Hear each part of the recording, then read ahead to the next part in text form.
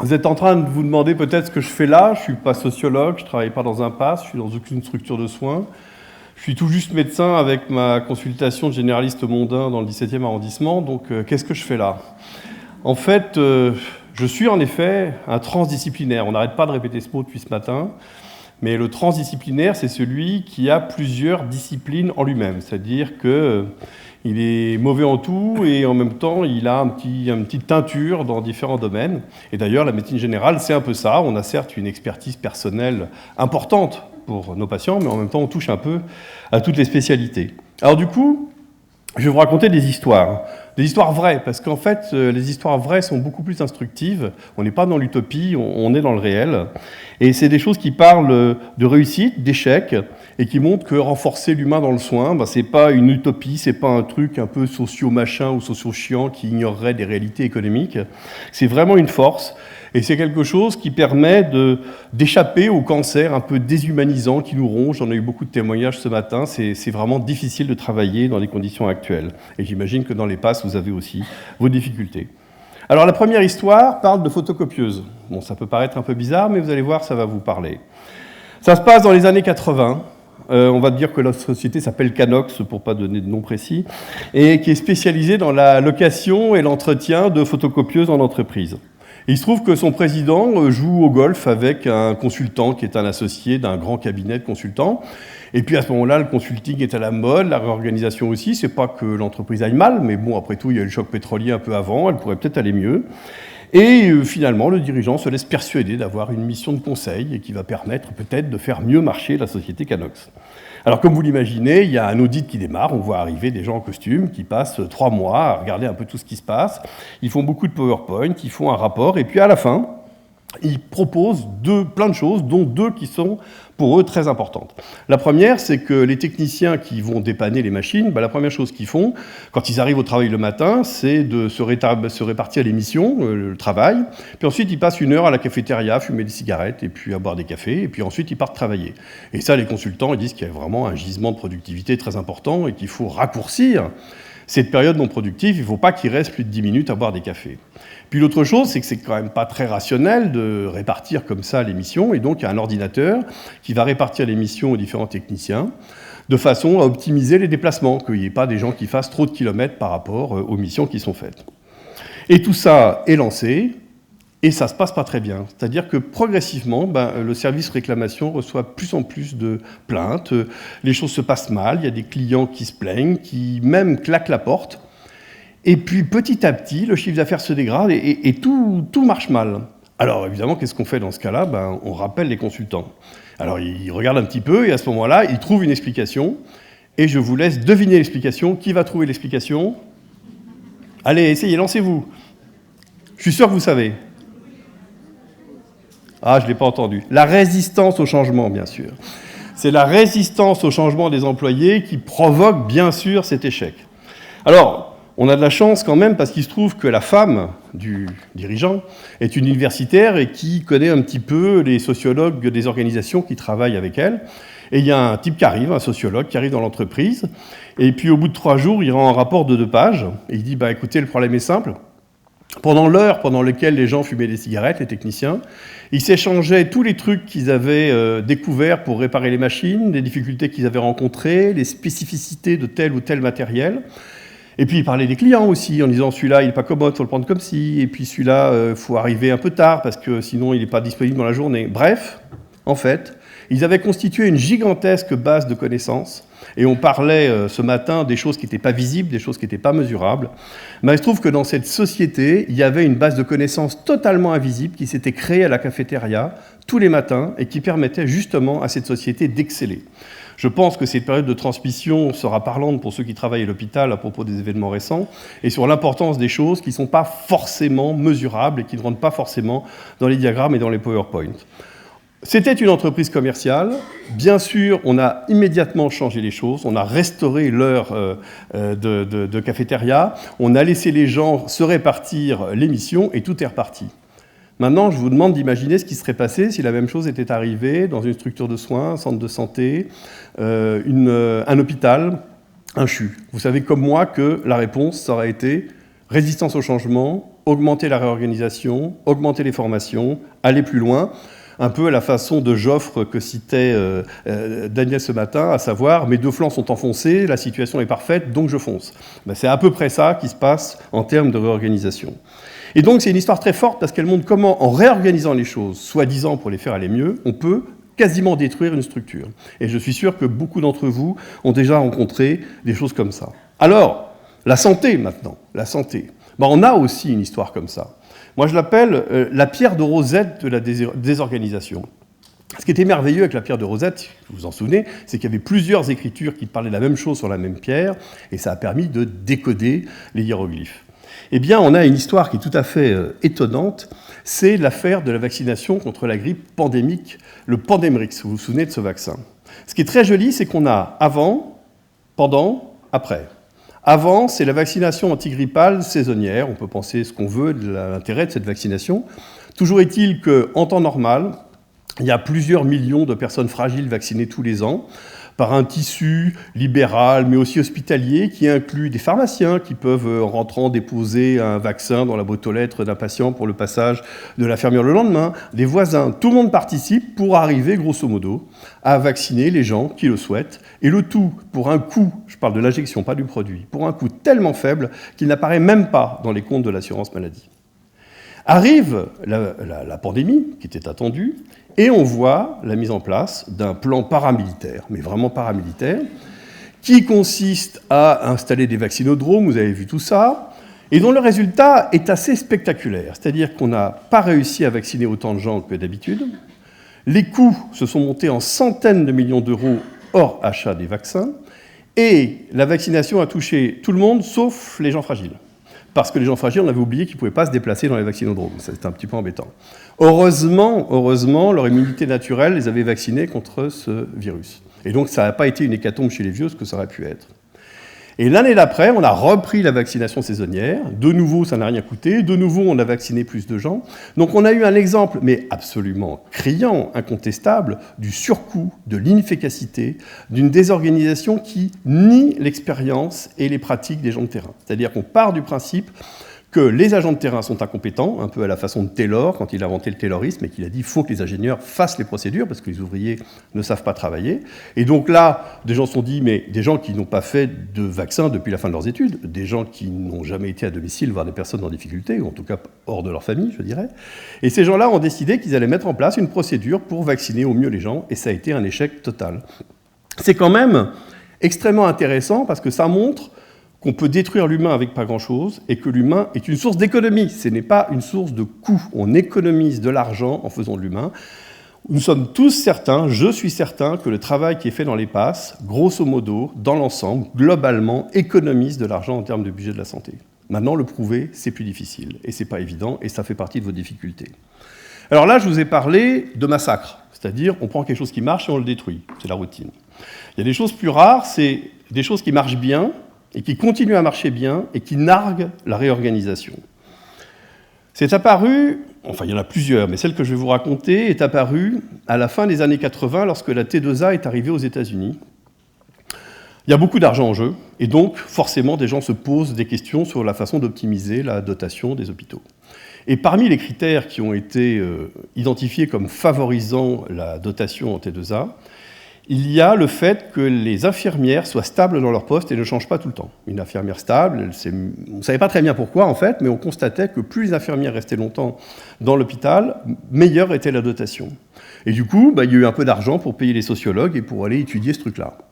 Et alors, ils ont découvert qu'il y avait des hôpitaux qui attiraient les infirmières comme des aimants. Ils les ont appelés les hôpitaux magnétiques. C'est-à-dire qu'en fait, les infirmières rentraient dans l'hôpital, elles n'en sortaient qu'au moment de la retraite. Jamais elles sortaient. Une espèce de trou noir à personnel. Je dis, tiens, qu'est-ce que c'est que ce truc ? Et ils ont creusé, et alors ils ont été de surprise en surprise. C'est des endroits dans lesquels il y avait le moins d'infections nosocomiales, il y avait, parmi les critères qualité connus, les meilleurs soins.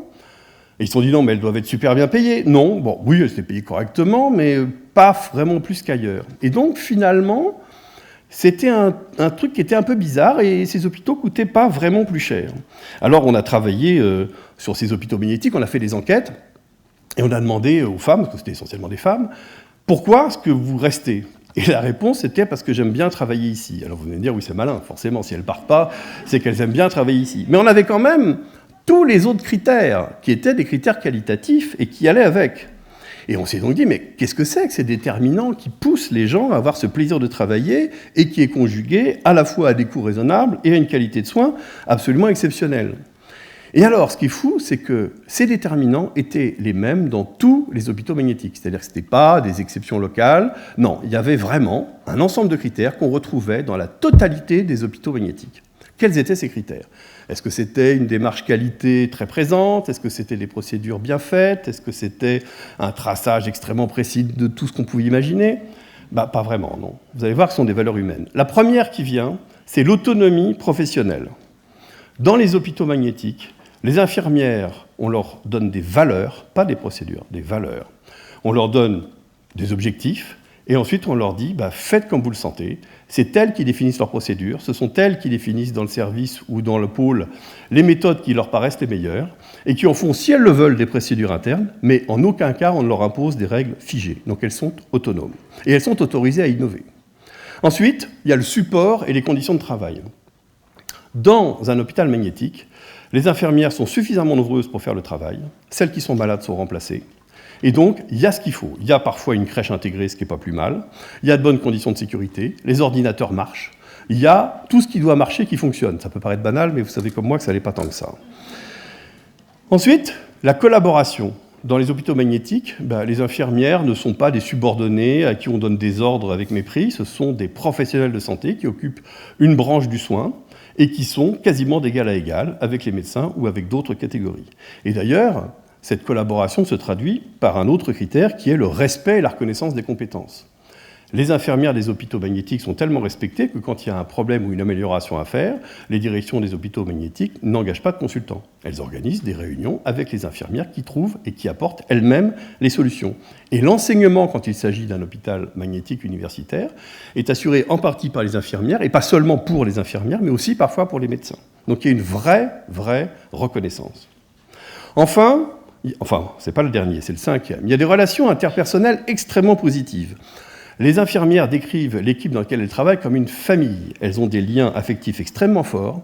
Et il y a quelque chose qui revient et que je trouve vraiment merveilleux, c'est « je sais que je peux faire des choses compliquées parce que je sais que je peux compter sur les autres. Et je suis forcé de faire du bon travail parce que je sais que les autres comptent sur moi. » Donc il y a une espèce de solidarité, presque de cordée d'alpinistes, qui fait que, à la fois elles se sentent portées par les autres, et à la fois elles se sentent porteuses. Et donc, elles se sentent totalement impliquées dans leur travail. Parce qu'il y a quand même une chose qu'il faut savoir, et qui n'a pas été dite pour l'instant, c'est que l'aspiration fondamentale de l'immense majorité des gens est de faire du bon travail. Les gens qui ne veulent pas faire du bon travail, c'est très rare. Simplement, les gens commencent à faire du bon travail quand ils se sentent épanouis dans leur travail, qu'ils sentent qu'ils ont les moyens de le faire, et qu'ils sentent qu'ils sont reconnus. Et donc, ce sont des gens qui s'automotivent entre eux et qui atteignent l'excellence par ces liens affectifs très forts, qui, à ma connaissance, ne sont pas parfaitement mesurés actuellement dans les hôpitaux français. Il n'existe aucun outil d'évaluation individuelle des infirmières dans les hôpitaux magnétiques, ce qui les placerait en compétition et romprait l'esprit d'équipe qu'elles ont. Donc, l'évaluation, quand elle existe, elle est réduite au minimum. Il y a très peu d'indicateurs dans les hôpitaux magnétiques. Cette évaluation se fait sur le travail global de l'équipe. Et enfin, comme tout va bien, les infirmières, finalement, sont très tournées vers le patient, très impliquées dans la satisfaction du patient et dans la résolution de ses problèmes. Et finalement, la phrase de conclusion, c'est, finalement, pour les hôpitaux magnétiques, finalement, c'est « on me fait confiance, on me donne des moyens pour travailler, je me sens obligé de faire du bon travail et de bien m'occuper de mes patients ». Alors, vous allez me dire, c'est mignon, tout ça, c'est un rêve, c'est idyllique. D'abord, ça existe, donc on ne peut pas dire que c'est une blague. Ça existe, ça marche depuis très longtemps. Et c'est quelque chose que vous ne voyez pas beaucoup en France, parce que ça suppose une condition absolument indispensable, c'est que l'administration de l'hôpital est en support par rapport aux soignants, et non pas le contraire. C'est-à-dire que l'administration d'un hôpital magnétique, c'est « bon, voilà les valeurs, maintenant dites-nous ce dont vous avez besoin pour faire votre travail ». Je ne sais pas si vous rencontrez ça souvent dans l'administration française, mais quand on y réfléchit, ce n'est pas totalement absurde non plus. C'est quelque chose qui se rencontre ailleurs, hein. Il n'y a pas que dans les hôpitaux magnétiques.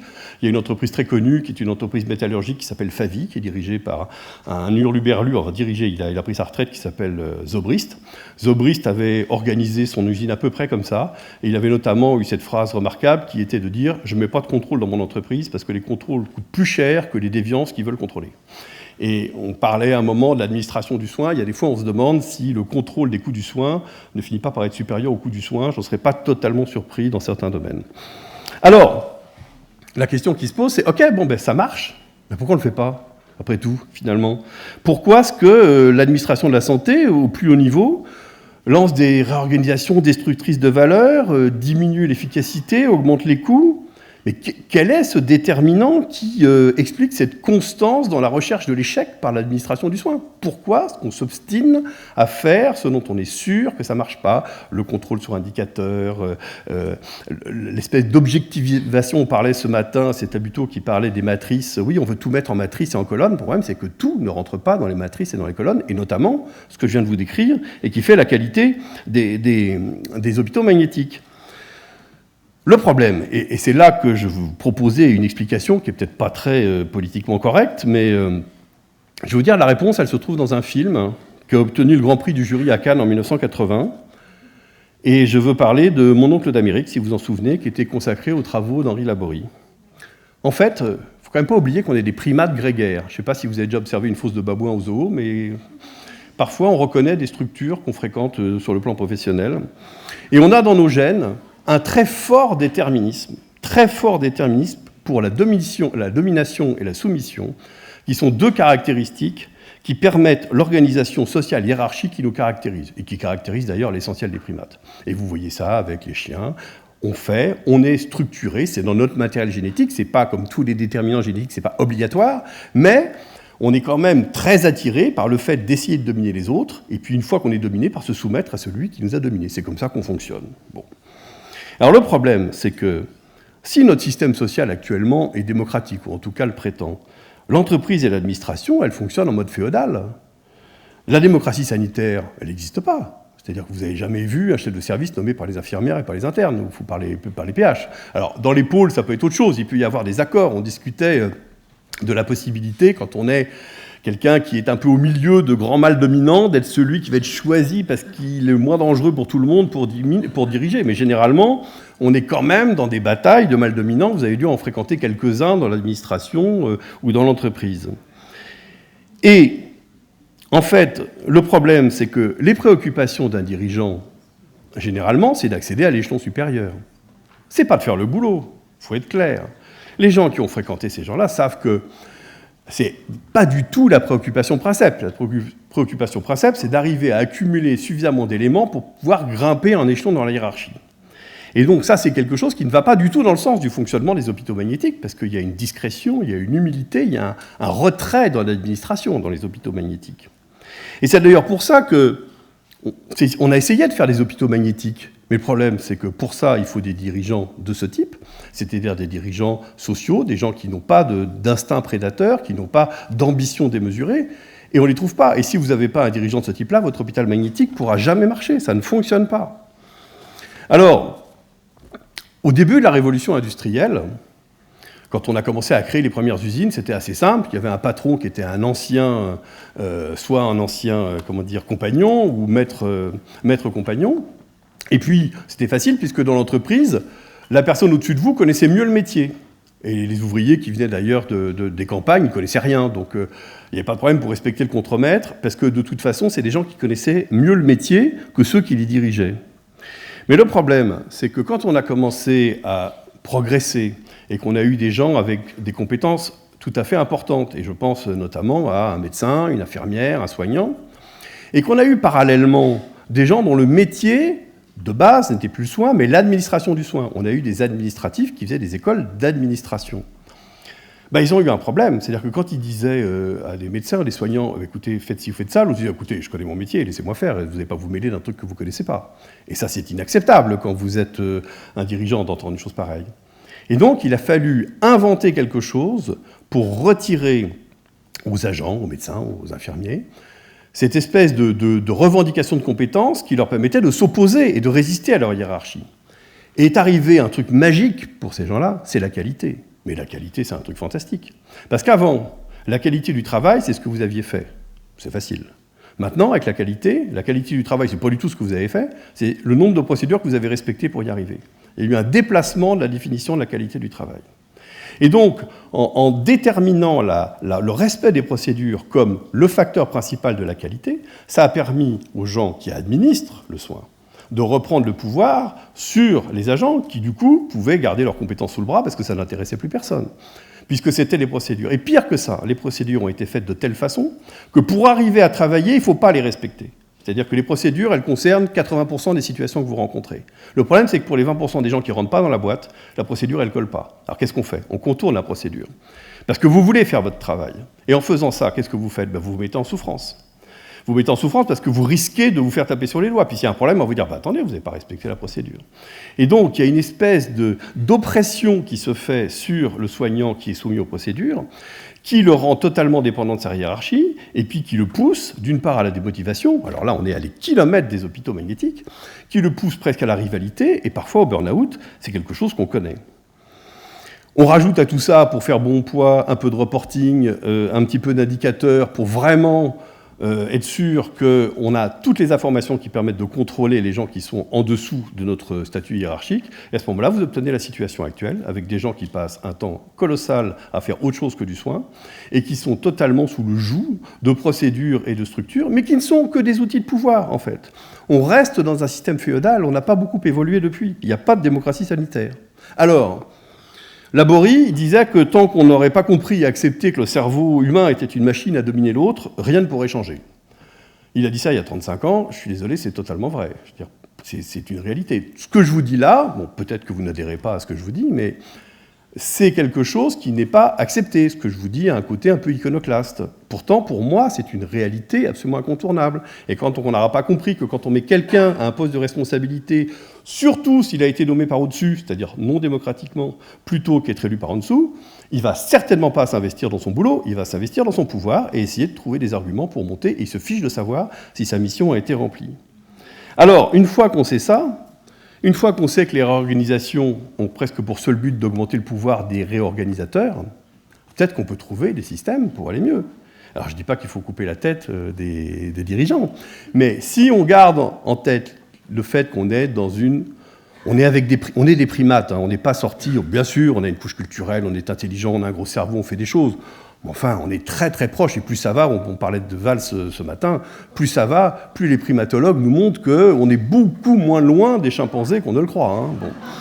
Et donc, une fois que quand vous regardez un administrateur, un expert qui vient auditer votre entreprise, que vous voyez des procédures de l'ARS, et que vous pensez dans votre tête chimpanzé, ça peut vous permettre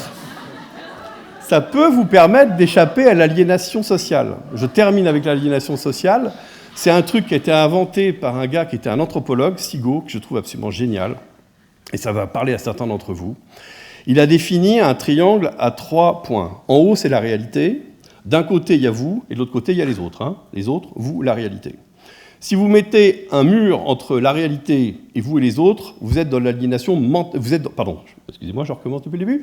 Vous avez à gauche vous, à droite les autres. Vous mettez un obstacle entre vous et la réalité. Vous êtes un aliéné mental. Vous ne voyez pas la réalité et les autres la voient telle qu'elle est. C'est facile. Ensuite, vous mettez un frein des deux côtés. Vous ne voyez pas la réalité telle qu'elle est et les autres non plus.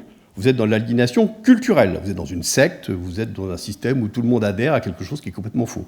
Il y en a beaucoup en ce moment. Mais il y a un truc qui est terrible. C'est la troisième solution. Vous êtes toujours dans cette situation-là, vous voyez la réalité telle qu'elle est, et les autres ne la voient pas. C'est-à-dire que vous dites, mais c'est quoi ces conneries? Et on vous dit, mais non, c'est normal, écoute, c'est comme ça que ça fonctionne, c'est le progrès. Et là, vous commencez à douter de vous-même, et c'est un moteur de destruction de l'humain absolument colossal, parce que vous finissez par douter de votre propre jugement. Vous dites, mais non, mais c'est complètement idiot ce qu'on est en train de faire. Et tout le monde autour de vous vous renvoie des messages, et surtout votre hiérarchie, pour vous dire, mais non, c'est vous qui ne comprenez pas, mon vieux, écoutez, évoluez un petit peu. Et là, vous êtes très proche de la souffrance au travail. Donc, ce que je voulais dire pour conclure, c'est que pour éviter de continuer à nous lamenter sur le fait qu'on fonce dans le mur en klaxonnant et qu'on veut foncer parce que les flancs sont enfoncés et qu'on rajoute de la réorganisation au fur et à mesure qu'on désorganise, il faut se battre pour faire reconnaître le fait que nous sommes dans des phénomènes de domination, dans des batailles de phallus, et pas uniquement d'ailleurs, parce que ça peut toucher aussi les femmes, et que tant que, comme le disait Laborie, qui n'avait pas raison sur tout, mais tant qu'on n'aura pas qu'on ne sera pas parti de ce principe-là, il n'y a aucune chance que quoi que ce soit change. Voilà, merci de votre attention.